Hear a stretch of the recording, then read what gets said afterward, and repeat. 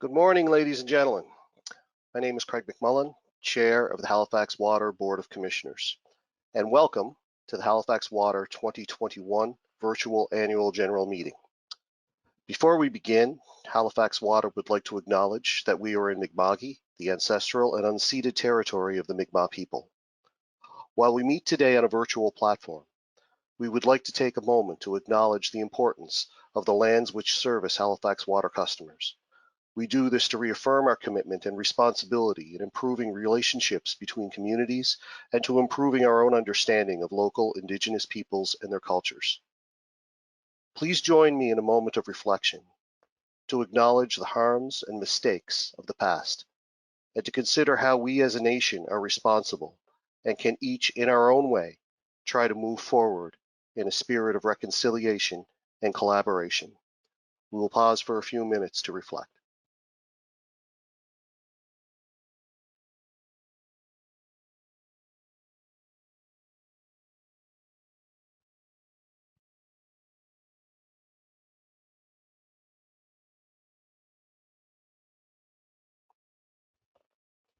Thank you.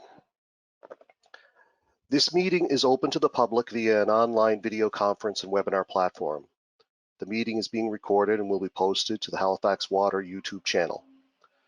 The agenda and presentations for this meeting are posted to the Halifax Water website. Before we begin the items on the agenda, I have some general information for the benefits of those attending virtually. Following the presentations, there will be an opportunity for members of the public to ask questions of Halifax Water staff members and members of the board through the raise hand function of GoToWebinar. Attendees will not be seen on video. They will only have audio capabilities. Attendees wishing to speak should wear headphones during their speaking time to prevent any audio feedback issues. And speaking time may be limited to 10 minutes per speaker. All comments and questions should be respectful in nature. Any person using disrespectful or derogatory language will be asked to stop. If the disruption persists, the raise hand function will be muted by the webinar moderator. I will now call this annual general meeting to order and begin with the approval of the agenda. Ladies and gentlemen, you have a copy of the agenda. I'm looking for approval of the minutes of the 2020 annual general meeting held on Thursday, July 18th, 2020. Can I have a motion for approval, please? I move to approve. Farquhar. Have a second? Commissioner Rawlings can second. Okay, were there any errors or omissions noted in the minutes? Fair enough, I will call for the question. All in favor? Aye. Aye. Minutes approved. Thank you very much. Oh, my apologies. Any abstentions? Any contrary minded? Hearing none, motion approved. And now we will go forward with the strategic initiatives overview. Oh, hold on a second. Do we not have another motion here, Heidi? We do, Mr. Chair. Yes, we do need a motion to approve the agenda. Thank you very much. So, having seen the agenda, ladies and gentlemen, can you please give me a motion to move forward with the agenda? So Thank moved, you, Commissioner Daigle-Gammon. Thank you very much. Second?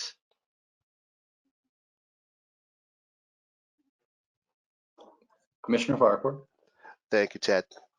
All in favor? Aye. Contrary minded? Abstentions? We will move forward. So we'll move forward to item 3, strategic initiatives overview. Kathy. Thank you very much. And Jake is going to pull up the presentation. My apologies to the board members. This will be a little repetitive, the information that's in the package you have seen. However, it's a good opportunity to present the members of the public an overview of what we accomplished last year and also the strategic initiatives that we're planning for next year. So if we move to the next slide, it's just a graphic that shows what our vision and our mission are at Halifax Water. There have been no changes during the last year in terms of our vision and mission. And our mission is to provide world-class service for our customers and our environment. It's a very ambitious mission, as you will tell when we start going through the numerous strategic objectives in the next few slides. And first, I'm going to talk about our critical success factors. Halifax Water uses a corporate balance scorecard to measure performance, and there are 8 critical success factors which are listed on this slide. Business planning and performance measurement are what we use to drive results and to make sure that every year we're achieving what we set out to achieve under each of these critical success factors. And one of the slides at the end of this presentation is just going to give you a bit of a report card on how we measured up against our corporate balance scorecard this year. Next slide, Jake. The annual business plan for Halifax Water gets approved by the Halifax Water Board and then also gets presented to Halifax Regional Council. So our business plan for last year was approved in November. There was a workshop in November, it was approved in January, was presented to Council in March. And our fiscal year runs from April 1st to March 31st. So throughout that period, we're busy working away trying to accomplish everything that we set out in that business plan. Of course, in any given year, there'll be some things we achieve and there'll be some things we don't. And in many years, there are things that are entirely beyond our control. But the majority of what we try to reflect are projects and initiatives that are within our control. Next slide. So we have the strategic objectives grouped by functional area. And the first one is water services. So we had an objective last year to continue on with our long-standing water research program with Dalhousie University. And we did continue with that, notwithstanding COVID-19 causing a little bit of minor delay to some of the work that needed to be done. But the focus of the research is on lake recovery and geosmin. And that research program will be ongoing. You'll see that when we get to the discussion about the things we're doing for this year. We also continued with Lake Major upgrades and Pockwalk upgrades. And we incorporated the plans to upgrade those 2 major treatment plants in a new water supply enhancement program. So you'll see that also featured in what we're doing next year. Several of these objectives are multi-year objectives. In fact, the water supply enhancement program is something that's going to take us 10 years to deliver. The next strategic objective we had for water services was to assure distribution water quality during main breaks. And to do that, we did implement some new standard operating protocols, which have been successful this year. So this one is fully completed. The next objective was to implement an enhanced lead service line program. And this is an exciting program because our board gave us direction to take a more aggressive approach in terms of getting the lead out from private lead service lines. And our initial target was to have this completed by 2050. Our board gave us direction to develop a program that could achieve that by 2039. That's what we've done, and the Nova Scotia Utility and Review Board approved it, and the new program was launched in March of 2021. Part of that program sees us delivering lead service line replacements in partnership with the municipality by incorporating lead service line renewals in street renewal projects that the municipality is doing. We'd hoped to do 3 streets last year. We completed 1, which was Berlin Street. The other 2 municipal street projects got deferred. So our project also got deferred because we're tied to the municipality in terms of timing. Finally, under water services, we wanted to complete the dam safety review and develop a strategy to assess the findings. That was done, an audit was conducted, and Halifax Water has 6 dams that were all assessed, and the report and the recommendations were brought back to the Halifax Water Board in November. And in this year and future years' budget and business plans, there are some initiatives reflected to help us address the findings in the dam safety review. Next slide. Moving into wastewater and stormwater services. We plan to complete the first year of wastewater research and evaluate it. So building on our successful water research program with Dalhousie University, Halifax Water entered into a partnership with Dalhousie and NSUARB to do wastewater research. And the first year was completed and also expanded to incorporate some research regarding the presence of COVID-19 in wastewater. So the first year was successful. We did do a report to the board on the results in March of 2021. The next objective that's listed here, you'll notice there's a yellow caution sign by it. So we've tried to identify in our strategic objectives, you know, the things that are on track, the things that are a little bit delayed. The Halifax Harbor Solution upgrades to meet 2040 environmental compliance is a really important initiative for Halifax Water. The Harbor Solutions upgrades right now are sitting in our 5-year business plan, or excuse me, our 30-year integrated resource plan, and some studies are in the 5-year business plan. But overall, right now, the estimated cost is in the neighborhood of $425 million. So this is a significant initiative for the utility. And this year, we've been working with the Nova Scotia Utility Review Board on the timing of planning activities. We do anticipate to get the timing of the planning activities finalized very shortly through some direction from the Nova Scotia Utility Review Board. The next item we had was to complete wet weather management projects and explore private side I&I reduction. So we did have wet weather management projects budgeted in the capital budget in the Clayton Park, Bears Lake, Fairview area.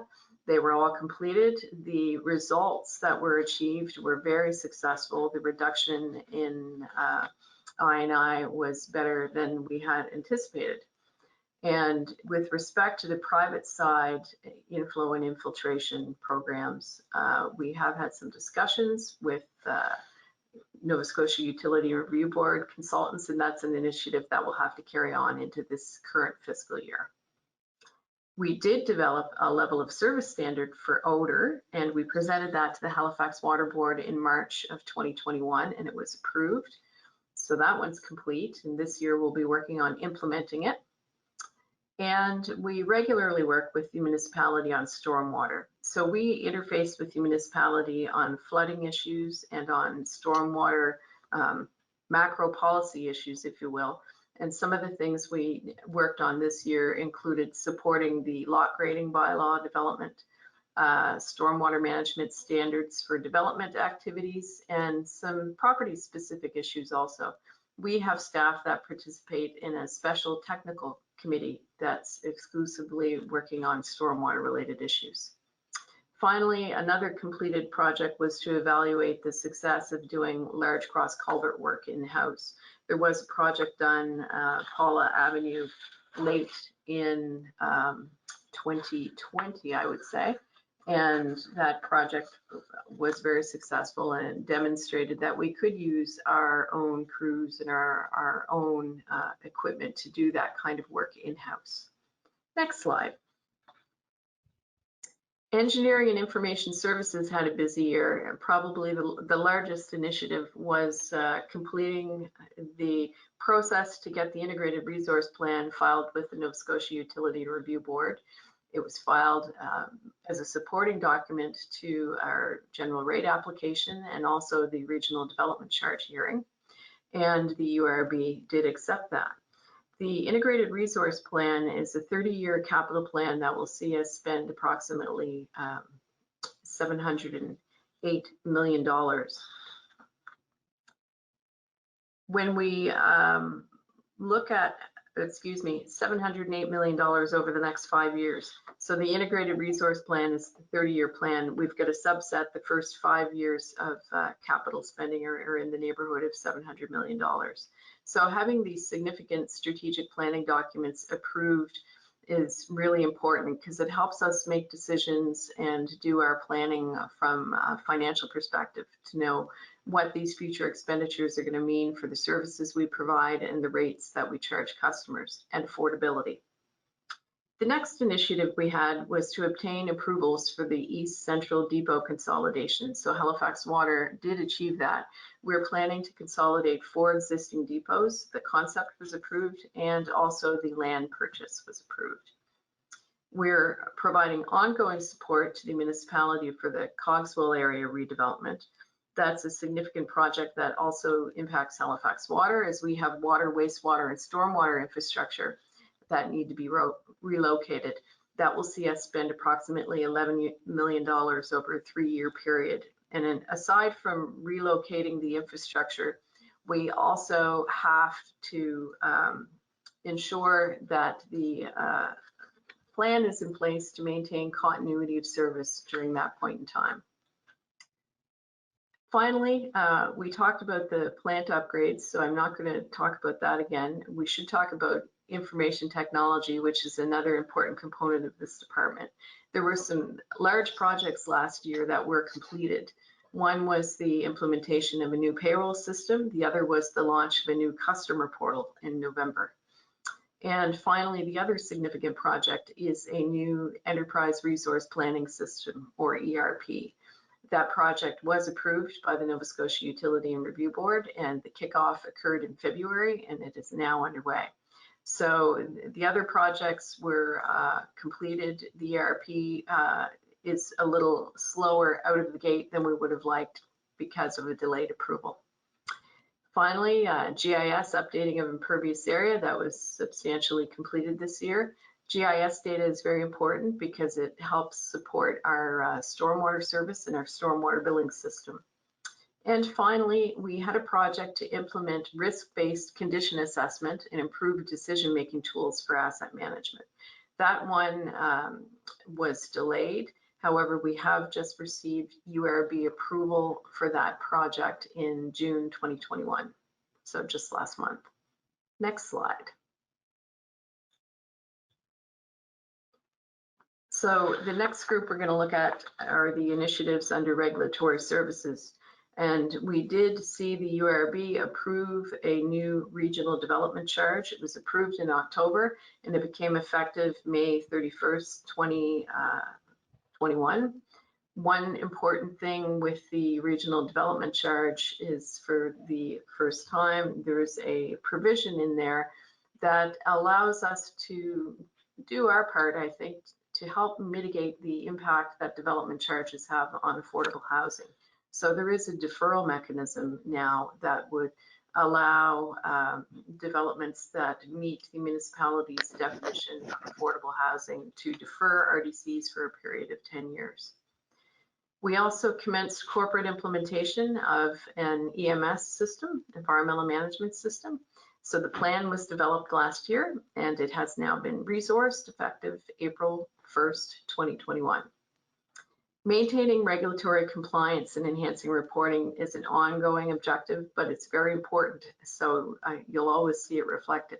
We are meeting our requirements, and this is our requirements in terms of Nova Scotia environment, but also in terms of public health and Canadian drinking water quality guidelines. We're ensuring that our large water plants have the NSE approvals in place and permission to operate. That is in place. We're in good shape. One thing we did this year was implemented a new permitting system for engineering approvals, and that was a project that was done in conjunction with the municipality. That was launched in February. And I think it does have a good customer impact in terms of the development community, in terms of the timeliness of processing. 2 projects that did get put on hold from regulatory services. One was the evaluation of ISO 45001, which is safety certification, and completion of a physical security audit. Those 2 initiatives were delayed partially because of internal capacity, but also because it would have involved securing consultants from outside of the province and getting them to come into Nova Scotia, which was not an easy thing to do during COVID-19 at certain periods. Finally, we had an objective to discuss point of sale disclosures with the Nova Scotia Real Estate Commission. We have done some work on that and have done a presentation to our Environment, Health and Safety Committee of the Halifax Water Board. And we will be moving on with doing some consultation with the Nova Scotia Real Estate Commission later this year, and then coming back to the board to talk about that issue again in terms of point of sale disclosures. Next. Customer service had a busy year with the launch of a new customer portal in November 2020 that utilizes our advanced metering infrastructure data. We also had planned, hopefully, to transition billing services to the HRM print shop and to implement monthly billing and make some changes to collections. Those initiatives were deferred to this current fiscal year. We also have some ongoing projects that were geared to enhance the linkages between customer care and our operations departments. A new telephony system was implemented, which really was critical to enabling Halifax Water at the beginning of the pandemic to transition our employees to working from home. And we are continually working on the linkage of operations information into the customer care center with a view to getting more proactive in getting back to customers. If a customer calls in with an issue, everything gets logged, a code is entered, work order is dispatched, and we need to close the loop in terms of reporting the outcome of that work order, ensuring that we're closing the loop with customers when we need to also. Finally, operational and financial benefits of the new enterprise resource planning system. We did get that project approved, as I mentioned on a previous slide. We also looked at updating our funding strategies last year, at least our short-term funding strategies. There was an application to the Nova Scotia Utility and Review Board and public hearings on our general rates for water and wastewater, as well as a regional development charge hearing. As a result of COVID-19, we did make some changes to what Halifax Water had requested, and we put forward a strategy that avoided water rate increases in 2021 or 21-22. However, wastewater rates did increase April 1, 2021, and the regional development charge increased May 31st, 2021. Finally, ongoing work on information for management and board reporting. The improvements we made last year were primarily in the capital reporting. So reporting the capital projects and how much capital money we had expended. Next slide. And under administration, we obtained the bylaw and approvals, some of the approvals for the Cogswell District Energy System. So this is an ongoing initiative. Last year, we did get a bylaw completed by the municipality, a mandatory connection bylaw, and we did get a Nova Scotia Utility and Review Board ruling that indicated that the district energy system could be operated as a regulated utility. And just last week, we were successful in securing federal provincial infrastructure funding in support of the Cogswell District Energy System. Also under administration, we've been working on operationalizing enterprise risk management. That's a direction the Halifax Water Board has been encouraging Halifax Water to go for a couple of years now.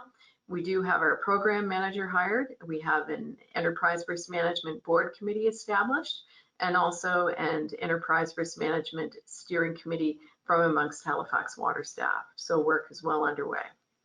We updated the governance manual and board reporting. We did train all of our supervisors in providing feedback, and we did do mandatory psychological health and safety training for all employees last year. Finally, we see that enhancing customer communications is an ongoing challenge. We did get some of the initiatives in 2021 complete, but it's an area where you will never really complete. There will be continuous improvement. So looking ahead, now we'll talk about what's on the go for this year. So if you want to move forward, Jake, maybe move forward one more also. Our business plan for this year was approved by the board in January and presented to council after that. And it was also the basis of our application to the Nova Scotia Utility and Review Board to increase rates. So it has been reviewed by the URB, as part of a public hearing process, and people haven't had an opportunity to ask us questions about it. Water services, I'm not going to talk through the objectives in great detail because many of them are carry forwards from the ones that I mentioned when I talked about this year's progress. The three that I will mention that are a little bit different. The Water Quality Master Plan version 4 update. So Halifax Water has a Water Quality Master Plan. It's a very important document to help ensure that we are in compliance and continuing to look ahead to be in compliance with Canadian drinking water quality guidelines. And the Water Quality Master Plan is a initiative that will take approximately, I would say, a full year to develop. And this is the 4th time that Halifax Water has gone through this process to develop a Water Quality Master Plan. The other 2 initiatives that are a little bit new this year compared to what was presented for last year is fully implementing an enhanced algal monitoring program as a permanent program. So last year, in response to a blue-green algae scare with respect to Lake Major, Halifax Water did initiate an algal monitoring program.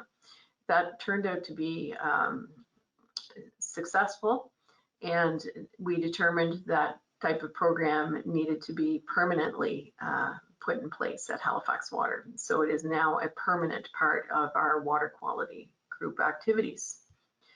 The last thing I wanted to mention on this slide is the water loss control program. So one of the things that we would like water services to do this year is to come back and recommend next steps for the water loss control program. And really that's our target for infrastructure leakage index, or ILI. And Halifax Water is a leader in terms of finding leaks and addressing them. And one of the things we need to consider is how aggressive is our target? Are we at the point where the cost for us to enhance our performance with respect to infrastructure leakage index outweighs the benefit that would be achieved? We may be at the economic level. So these are the water services initiatives, and I should highlight that water services and wastewater stormwater services are all part of one operations department. That became effective April 1st, 2021. Next slide.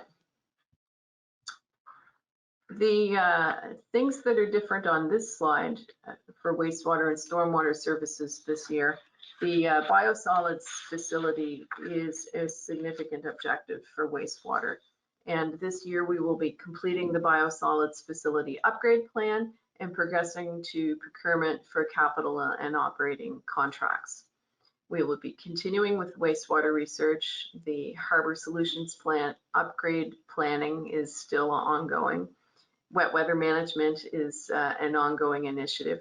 And one that's a little new is just communicating and implementing the actions from the odor strategy that the Halifax Water Board approved in March of 2021. Next slide. Engineering and technology services, optimizing capital project delivery and the percentage of capital budget spent is an ongoing initiative. Last year, we made some headway in terms of improving the information on capital available for management and reporting. However, we did not make a lot of headway in terms of increasing the percentage of the capital budget that was spent. So that is an area we're looking at, and we'll be assessing whether we actually have sufficient internal capacity to deliver the capital programs that we have to deliver. We will be completing the design and tender process for the Burnside Depot consolidation, continuing to support the Cogswell redevelopment and the infrastructure relocation. We'll be working on the water supply enhancement program, and the current year's initiative is to implement year 1 of clarifier design phase. And from the IT perspective, we're working on a digital water strategy. That will be a roadmap for data intelligent water, and there'll be delivery of some key IT projects, both that existed in our current IT 5-year strategic plan, and some new ones that will likely be driven by the Intelligent Water strategy. When the Intelligent Water strategy is finalized, we'll be updating our IT 5-year strategic plan. And when we look back at our IT strategic plan, the last one, most of the major initiatives that were within it have now been realized. A lot of them related to customers facing functions like, for instance, the customer portal. We'll also be finalizing levels of service for asset management, and we're doing an evaluation of the asset management program to see where we go from here. Our asset management program is a little over 10 years old now, and we're not at a mature state in terms of where we could go with asset management, but we're not at an immature state either. We have a fairly robust asset management program, and now is a good time for us to be resetting and looking at how we can move our asset management maturity to a higher level.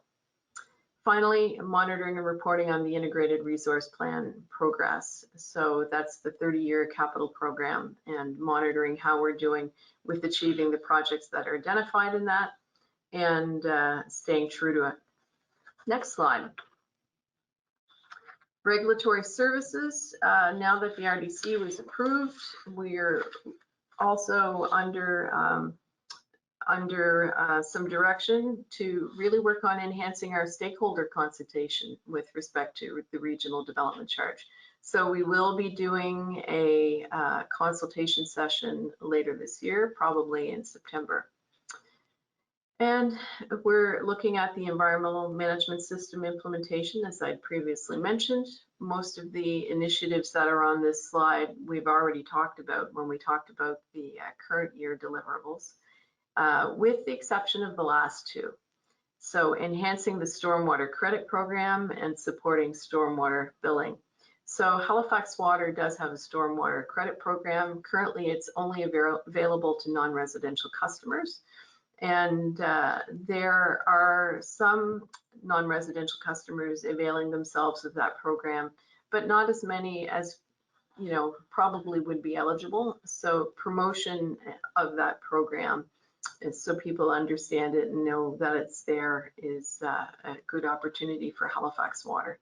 And finally, supporting changes to stormwater billing as we implemented new impervious area data, or as we received direction from the URB to do things differently.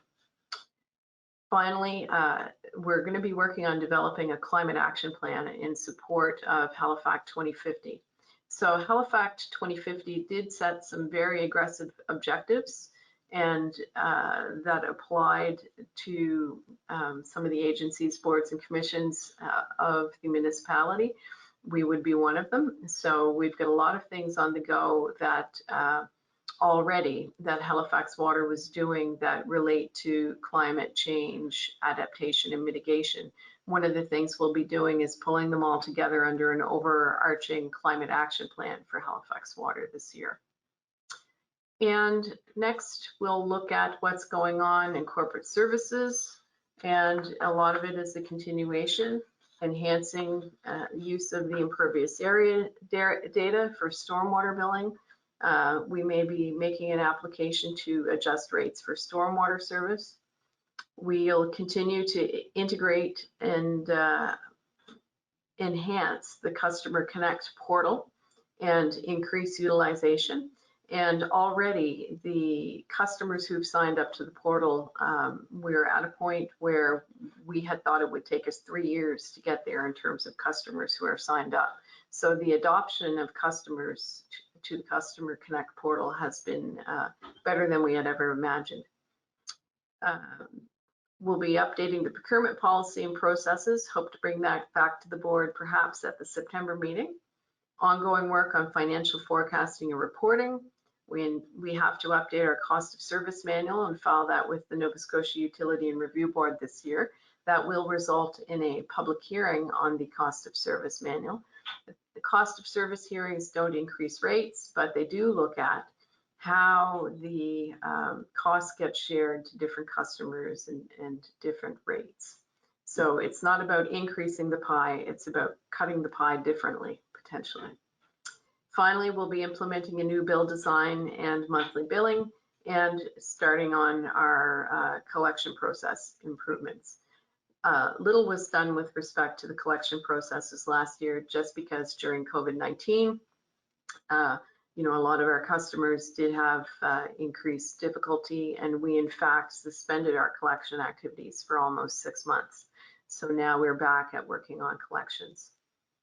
Finally, looking at administration, we've got some ongoing work on the Cogswell District Energy System. We have to do an update to our service level agreement with the municipality. We have 2 updated policies, or 2 new policies that we have to roll out to employees. One is an updated code of conduct that the Halifax Water Board approved last year. The other one is the risk management policy. Another initiative that we have to do is ensure there's a smooth transition. So the dispute resolution officer that deals with Halifax Water complaints is a 5-year position, and this will be the final year. March 31st, the current dispute resolution officer's term ends. Although the dispute resolution officer isn't an employee of Halifax Water, we are involved in initiating the process to ensure that there is a replacement dispute resolution officer and there is a smooth transition. Finally, stormwater customer communications and education is a high priority for us this year. And looking at the diversity front, we plan to complete unconscious bias training for managers at Halifax Water. Eventually, we'll be expanding it to all staff, but we're starting with the managers. And we're working to align Halifax Water with the municipality's culture and diversity initiatives. We're doing that through participation in their diversity committee.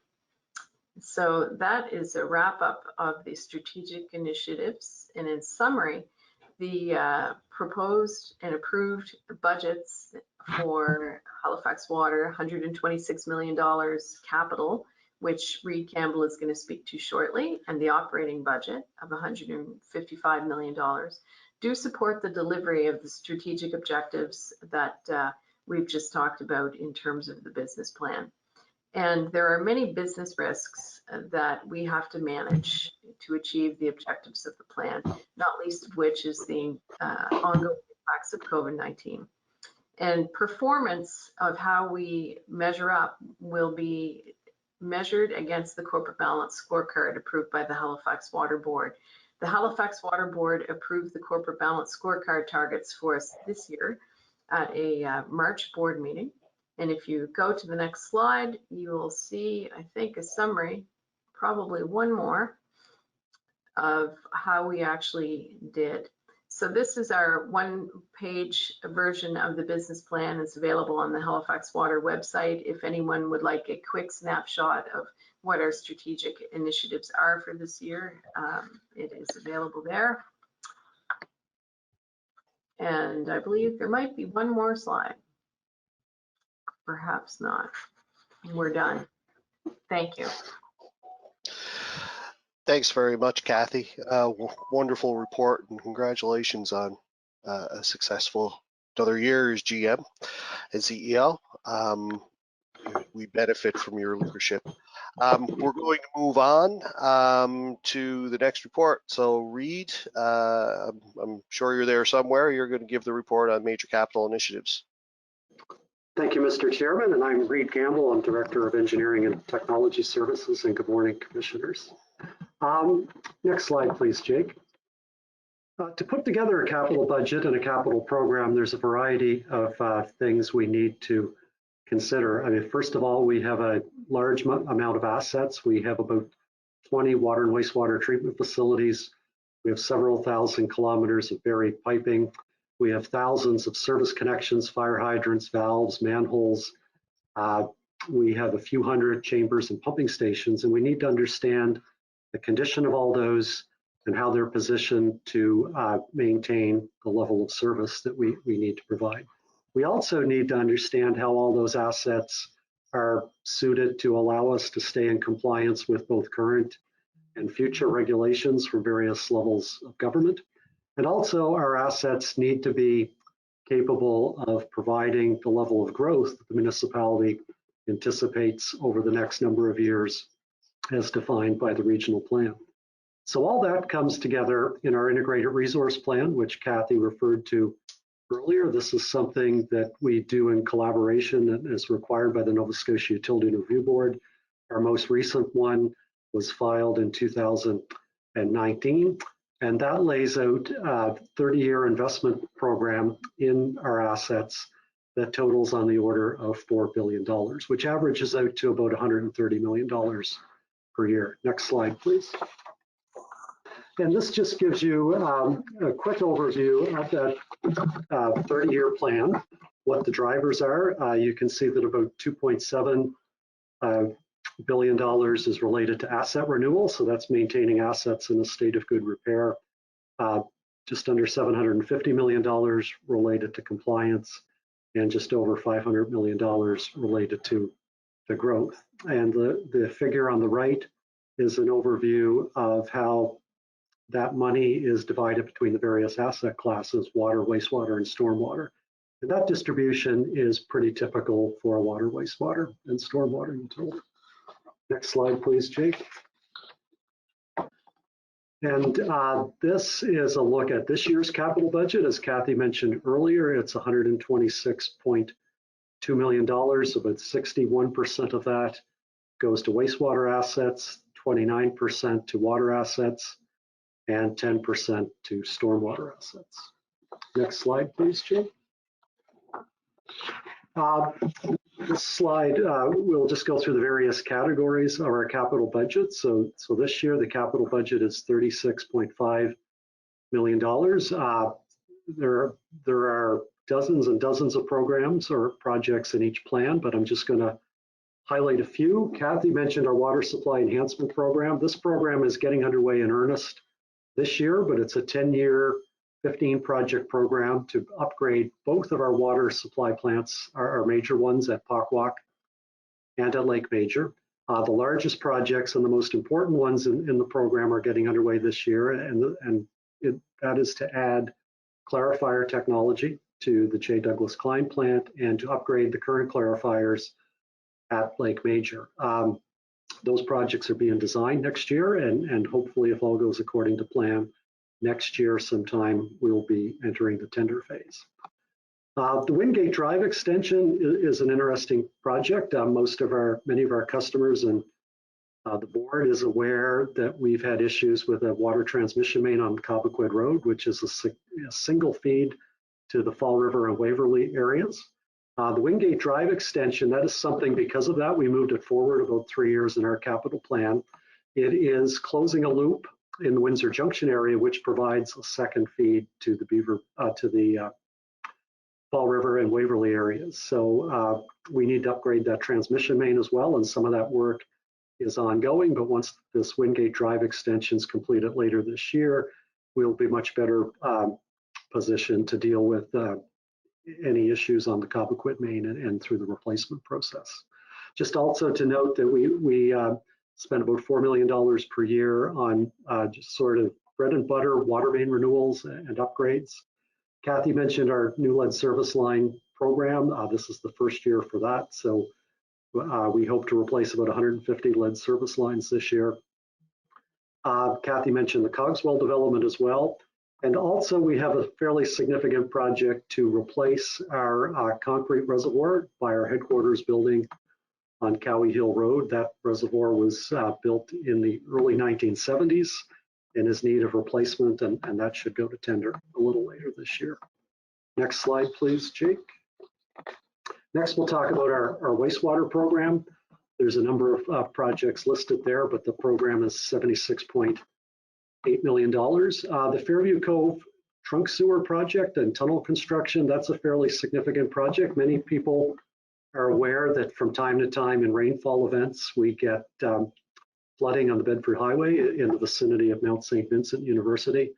And part of the reason for that is a restriction in the tunnel system that takes wastewater from the mainland north areas of Halifax to the peninsula and eventually onto the Halifax wastewater treatment facility. This project involves a micro tunnel project to increase capacity in the Fairview Cove area, which leads to the flooding I mentioned. So we hope to go to tender with that project a little later this year. Every year we have a program, and we've just launched this year's program with our contractor yesterday to do trenchless rehabilitation of our sanitary sewer system. This is both to keep rainwater out and to renew the asset condition in some cases. We also do a large number of integrated projects with Halifax's street program to just do routine upgrading of aging wastewater assets. I want to draw to mind the Albro Lake watershed separation. In Dartmouth, the Albro Lake and a few other lakes are similar. The actual outfall of those lakes into the harbor is piped through the combined sewer system. And as we know, that results in that lake water being treated at the wastewater plants using capacity. And it also results in a higher than desired level of combined sewer overflows. So that's a complicated and difficult project. It's on the order of about $7 million, but we hope to get, we've got a contractor selected and get underway later this year or early next year to do that combined sewer separation with Albro Lake. We're upgrading some force mains in the Morris Russell Lake area that were prematurely failing, and that's an environmentally driven project, and that's underway at the moment. We also have about 180 pumping stations, and we need to keep those in a state of good repair. So we have a program whereby we update several pumping stations every year. We also have a program whereby we try to eliminate pumping stations because they're expensive to operate. So if we can do that with a deep sanitary sewer to get through or around a hill, we will do that. We're also upgrading some unit processes in our Three Harbor Solutions plants, the Halifax, Herring Cove, and Dartmouth plants. We're upgrading the clarifier technology and the screen technology by replacing bar screens with fine screens. We've completed the Halifax plant, and we've had very good results in terms of wastewater effluent quality, but also reducing the maintenance within the plants. So we're carrying on this year to do the same upgrades at the Herring Cove and Dartmouth plants. Once more, Cogswell impacts the wastewater system as well, and we're beginning a procurement process to upgrade our biosolids. We have a biosolids processing plant near the Aerotech business plant. That's an important part of our wastewater treatment process to deal with the solids residual, and that project is just getting underway this year. Next slide, please, Jake. Our stormwater capital budget for this year is $12.8 million, similar to the other asset classes. We do a lot of upgrading projects integrated with HRM's street upgrade program. We have literally thousands of driveway culverts and hundreds of road cross culverts that convey stormwater across roads. And we have a routine program to upgrade those to keep them in a state of good repair. We're continuing with our Ellen Vale Run retaining wall upgrading project. This has been going on for several years. We're doing 2 phases this year. And once again, the Cogswell project impacts our stormwater assets as well. Next slide, please, Jake. And this may be my final slide. We're spending $24 million this year on corporate projects. These are projects that go across all asset classes that support the entire organization.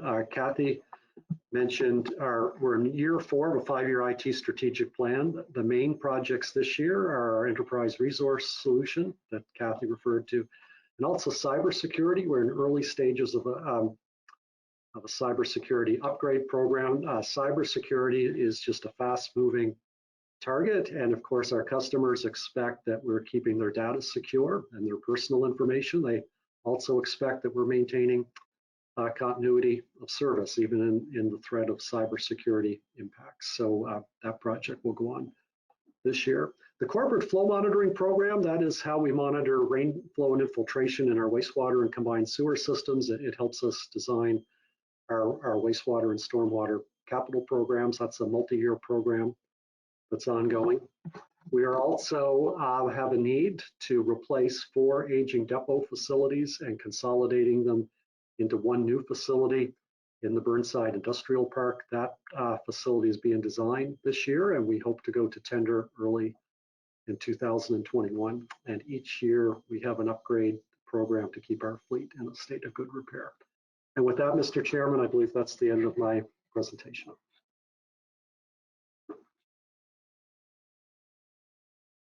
Thanks very much, Reid. Busy agenda for you for the next little while.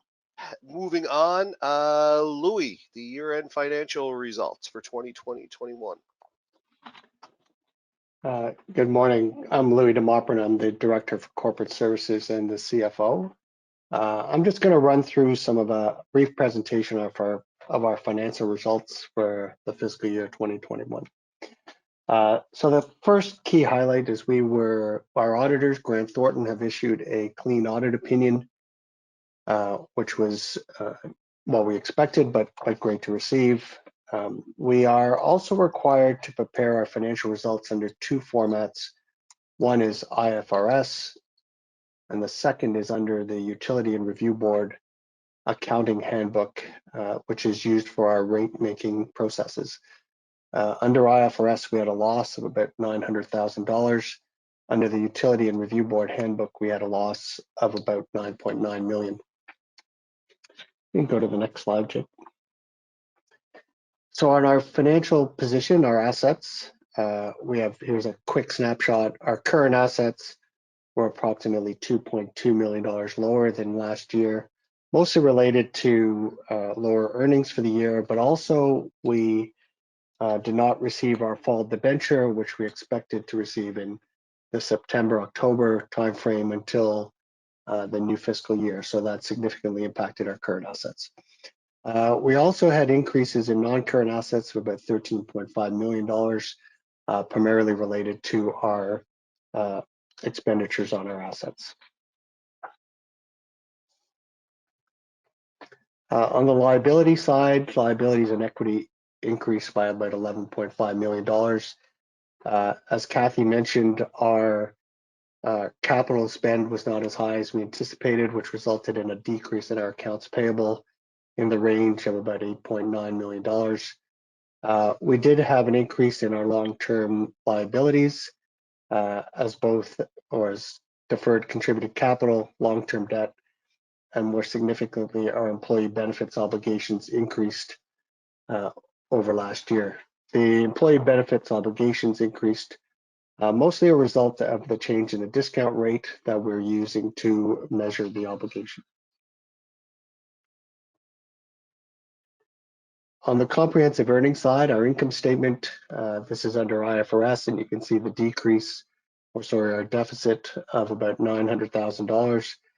On the revenue side, probably the biggest single impact is the reduction in consumption as a result of COVID-19. We saw residential consumption increase, but we did see fairly significant decreases in consumption in other areas.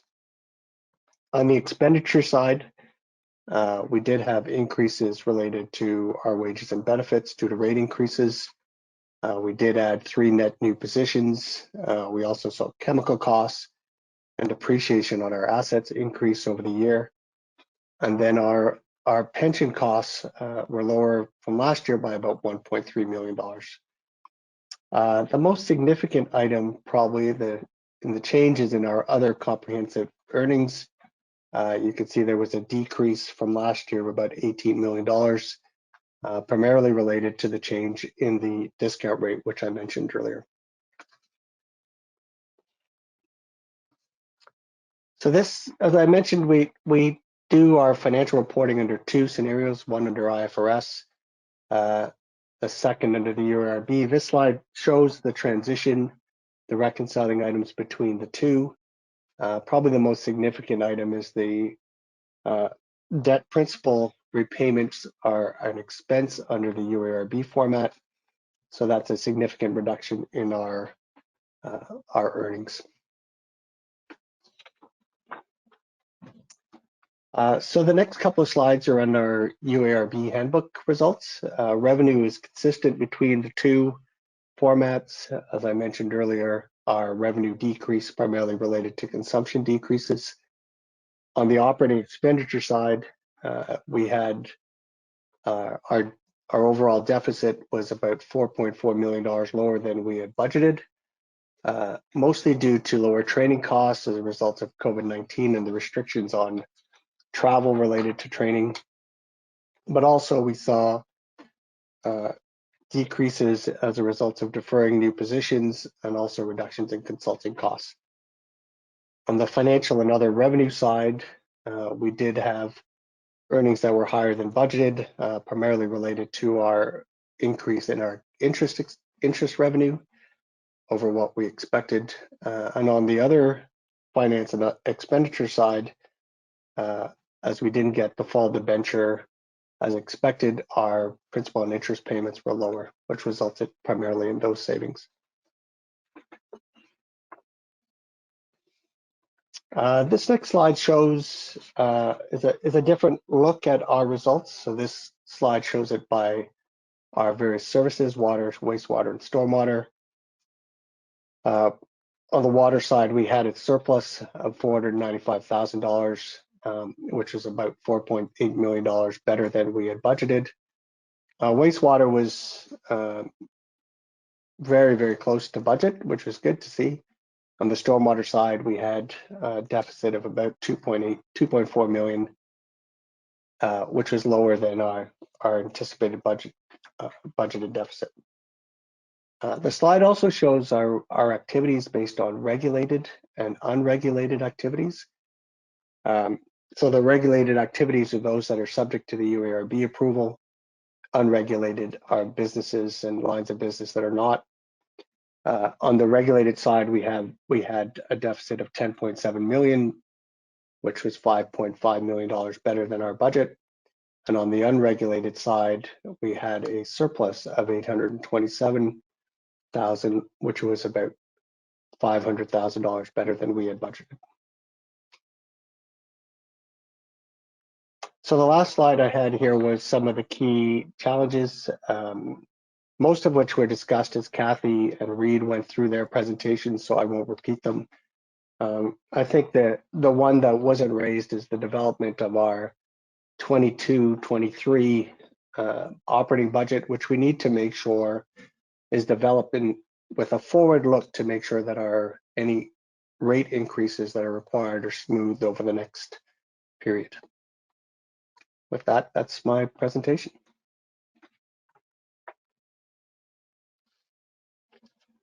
Thanks very much, Louis. All right, so that's it for presentations, ladies and gentlemen. So we'll move to the question and answer forum, where anybody that is in attendance can feel free to ask a question. Heidi, you've been monitoring. Are there any questions? I don't see any hands up, and there's nothing in the Q&A forum. There actually is a question in the question section. It may have just been put in there, Mr. Chair, so you may have missed it.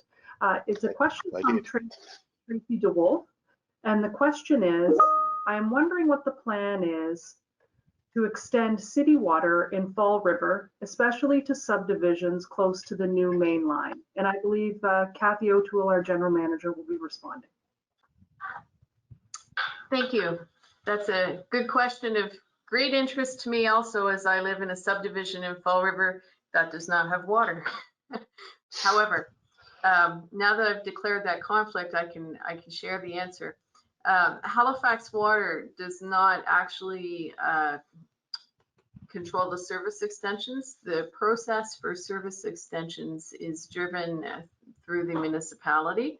So the best contact at the municipality is actually to call 311. They will log your issue and send it to the appropriate person. The manager who's responsible for planning for future service extensions would probably give you a call and talk about the process. But essentially, any extensions to the water services boundary get approved by council. The projects are implemented by council, including establishing the design, the construction costs, and development of the local improvement charge that would be used to fund the residents' share of the project. Halifax Water on occasion does get asked to help deliver those projects and provide technical support.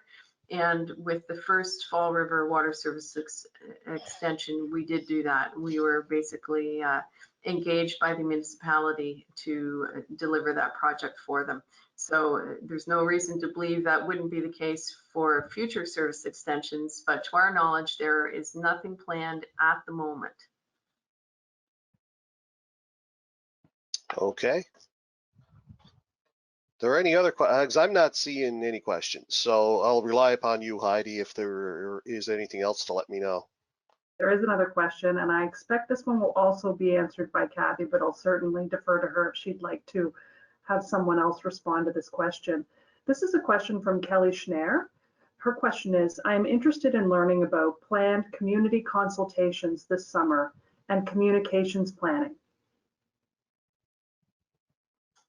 Great. So we actually have a report available on our website in our June board package that gives a bit of an outline of what we'll be doing from a communications and stakeholder consultation perspective this year.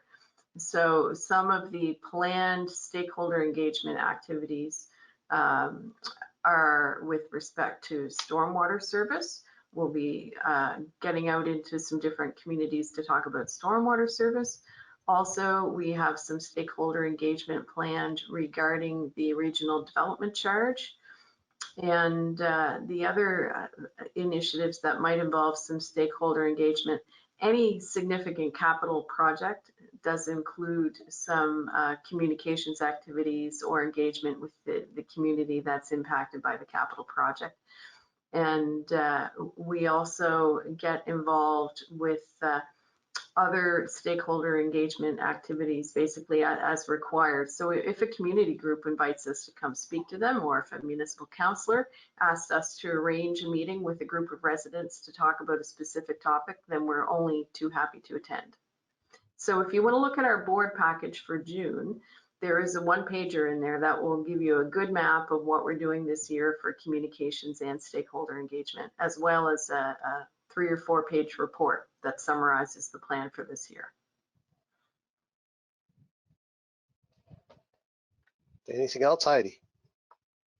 I don't see any other questions in the question section, and I don't see any hands raised by any of our public attendees.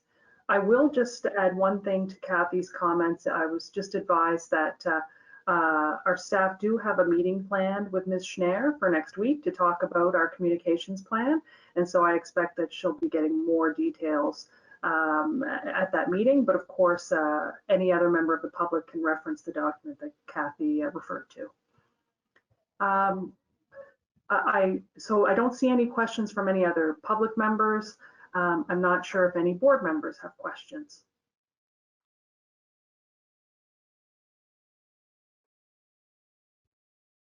For most of us, it's this at least the second time through, if not the third, if a committee. So I don't think there's too many questions from board members.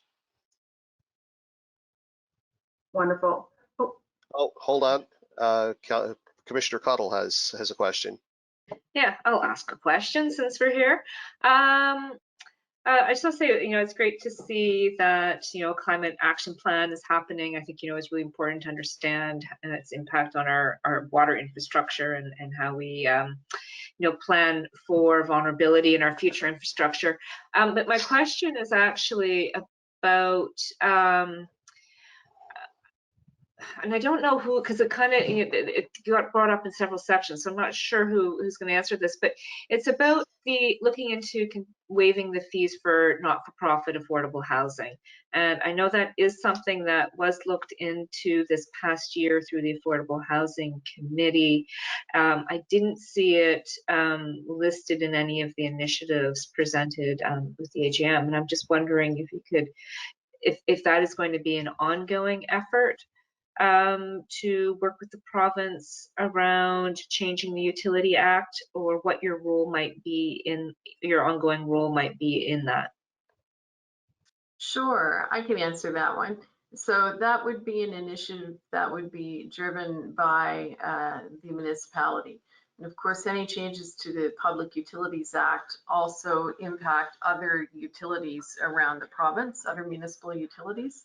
So the way those kind of legislative amendments work is that if council passes a motion to work on amendment or request consideration of an amendment, then municipal staff would go and work with provincial staff involved in municipal affairs and to assess, what the impact and support would be with respect to other municipal governments and other municipal utilities. And then those amendments need to be done through the provincial legislative process. Great, thank you. And I had one other question, if that's okay, Mr. Chair. Yep. Mm-hmm. It was about we were talking about the Stormwater Credit Program, and that's not for residential customers. I'm just wondering about the impervious area data and how that might potentially affect customers in regards to stormwater charges. That's an excellent question. And so the new impervious area data, it basically is an update to the current data we have. It would reflect any changes in a customer's property that have occurred since the last update. So for instance, if someone paved a driveway or added a new driveway, there might be more impervious area. If there was a structure on a property that got torn down, there would be less impervious area. So the bill impacts on customers will be varied. But what it does mean is there's an assurance that what we're using as the basis for the stormwater billing system is more up to date and reflective of the current state of the properties than the last round of data. The other thing the stormwater impervious area data update does is it makes sure that we've captured any new development in new properties correctly. All right, that sounds like a huge undertaking. Okay, thank you. Any other questions from members of the board? Anything else pop up in the meantime, Heidi? I see nothing further. All right. Then we will move to closing remarks, which are going to be very brief. I want to take this opportunity to thank Kathy and the staff at Halifax Water for not only their presentations this morning, but for their exceptional work over the last year and for years prior to that. What doesn't get talked about, I don't think, on a nearly, it's not talked about enough, is the fact that Halifax Water is really a world-class public utility. This is an organization that is looked upon across North America and worldwide as best practices, and it's right here in Nova Scotia. So it's a incredible testament to the quality of the individuals that work at Halifax Water and the fine work that they do. On a personal note, this is my last AGM as chair, and it's my last AGM as board member, and I can truly say that it has been my professional honor to be associated with such a fine group of individuals. It feels odd to sit on a board where I walk away from board meetings going, wow, I just feel like I learned more being around the board and being around the staff. So thank you for that. And I would be remiss if I didn't also acknowledge that, Halifax Water is a public utility, but it exists in partnership with the Halifax Regional Municipality, and that working relationship is truly exemplary, and it's something that we should talk about on a more regular basis. And that's it, ladies and gentlemen. So if I could have a motion for adjournment, please. I'll move Nobody that. wants to leave. Oh, excellent. And at that, ladies and gentlemen, we stand adjourned. Thank you very much. And thank you to the members of the public that attended. And we will see you again next year.